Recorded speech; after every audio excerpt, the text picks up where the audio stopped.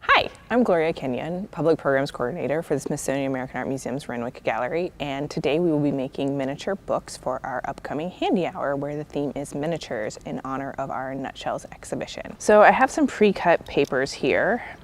It's just computer paper actually. It's cut into 1-inch squares. And these are the end papers that we're going to use when we glue it to our cover. So I'm going to set that aside. But you want to try and get your ends as close together so when you glue them that they adhere. We're just going to use some tacky glue. I would recommend any kind of strong glue that you can find.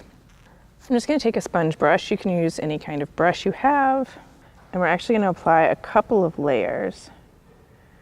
The more glue layer you apply, the better it's going to stick. And we're going to take this one sheet of paper that we pulled out, and we're going to use that to make our spine.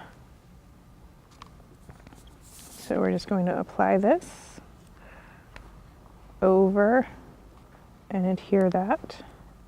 Then we're going to take this binder clip and hold it together like that. So while that dries, we're going to work on our cover.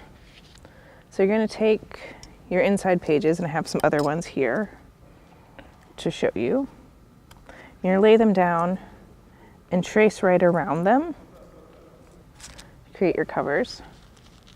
And this is just a chipboard. It's a little bit thicker board that you're going to use.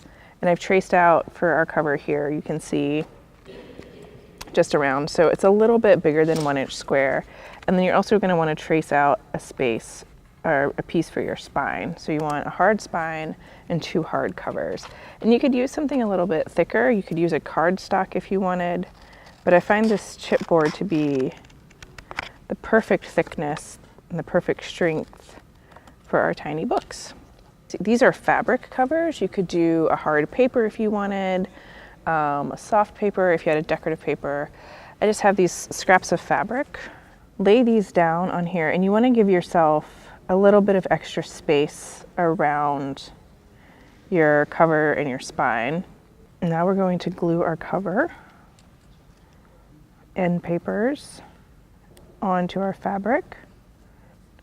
You just want a nice light layer of glue. I'm actually going to put it on the board rather than the fabric.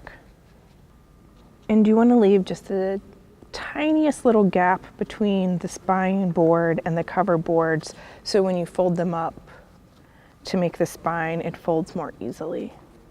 And we're going to actually want to cut some notches here at the corners to fold those down so you don't end up with a big bulky corner. You want a nice clean corner. Once you've got your corners cut, I'm going to do a thin line of glue all the way around. I'm going to fold the corners up first and then the sides. So fold our corners up. And then let's fold up our sides.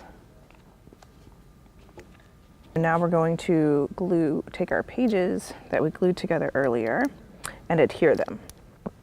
So this is where we want those end papers I talked about at the beginning. So these are just 2-inch by 1-inch pieces that I cut when I cut my original pages.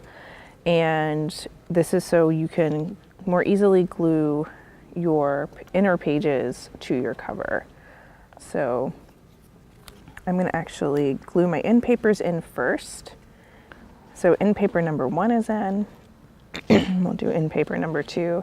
And if you want to do any writing on your cover or on the inside of your end paper, now is the time to do that. So we've glued our second end paper in.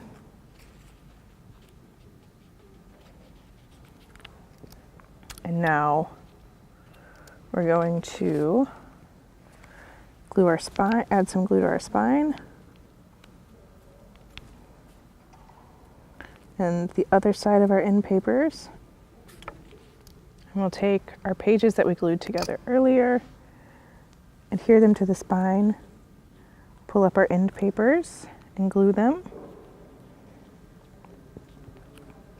and hold that in place. So now you have your cover and your pages attached. And if you want to make sure everything stays together well, you can binder clip it together. So let that hold while everything dries, let your glue set. And in the end, you have a book.